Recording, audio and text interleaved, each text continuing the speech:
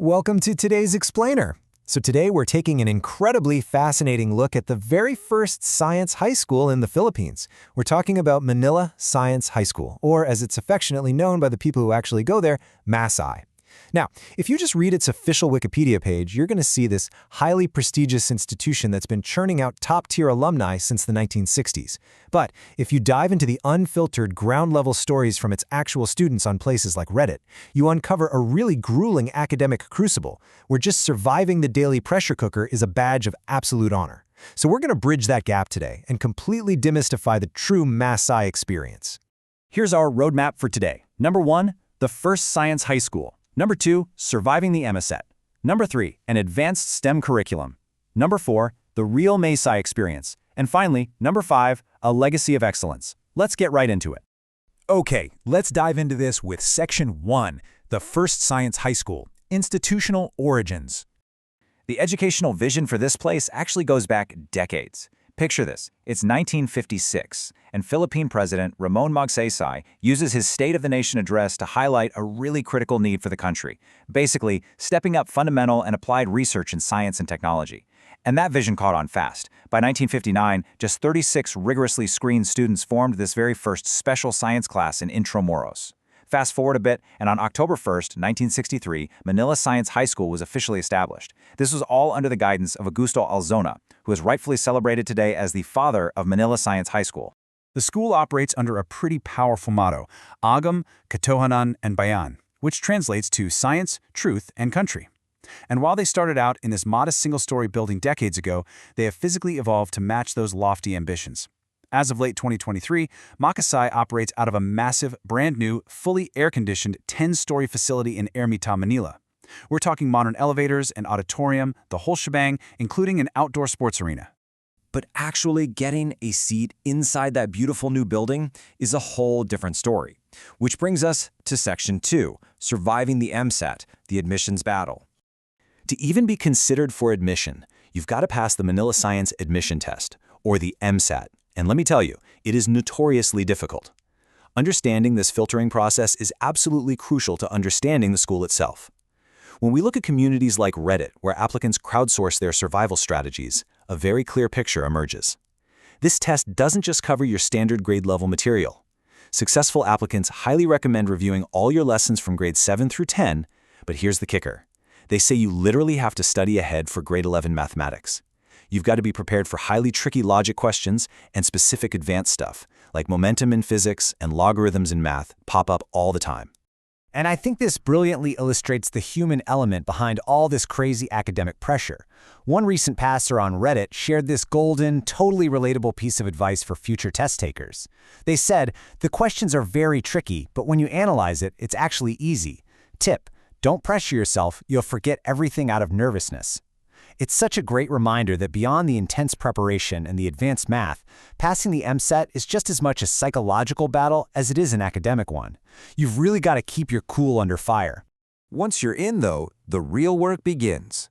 Let's jump into Section 3, an advanced STEM curriculum, or as the students might call it, the academic crucible. So, the crucial thing to understand here is exactly how MaSci deviates from your standard high school experience. In a regular Department of Education curriculum, you're typically taking one general science class per year, right? Well, at MaSci, it's entirely specialized and highly accelerated. By the time students hit their 3rd and 4th years, they aren't just taking science, they are taking general biology, chemistry, and physics simultaneously as completely separate, intensive, focused courses. You can really see how this academic pressure builds up across the grade levels. Grades 7 and 8 lay the foundation with general science, earth science, and biology, but they already start layering on information and communication technology. Then, look at grades 9 and 10. The pressure just cranks up. Students tackle dedicated chemistry and physics, alongside these mandatory research programs and advanced mathematics electives. We're talking competitive math, number theory, calculus. It is effectively a college prep curriculum on hyperdrive. Now, what does it actually feel like to live inside that curriculum, day in and day out? Let's move to Section 4, the real MaSci experience, culture and pressure. 85 and 83. These aren't just random numbers. These are the strict maintaining grade requirements that just hang over every single MaSci student's head. To stay in good standing at the school, you generally need to maintain at least an 85 in your science and math subjects and an 83 in everything else. It's this constant, everyday metric of survival you have to meet. To understand how this completely warps a student's perception on success, you just have to listen to this hilariously intense anecdote from a MaSci grad on Reddit. They wrote, "I got a grade of 87 on earth science and my parent was called because it was supposedly low. From 7 a.m. to 7 p.m. classes, then studying and projects at home. I mean, can you imagine?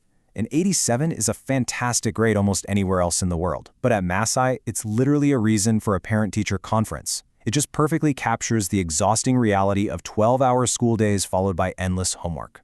But you know, this environment also fosters some really profound personal growth. It's a classic big fish in a small pond scenario.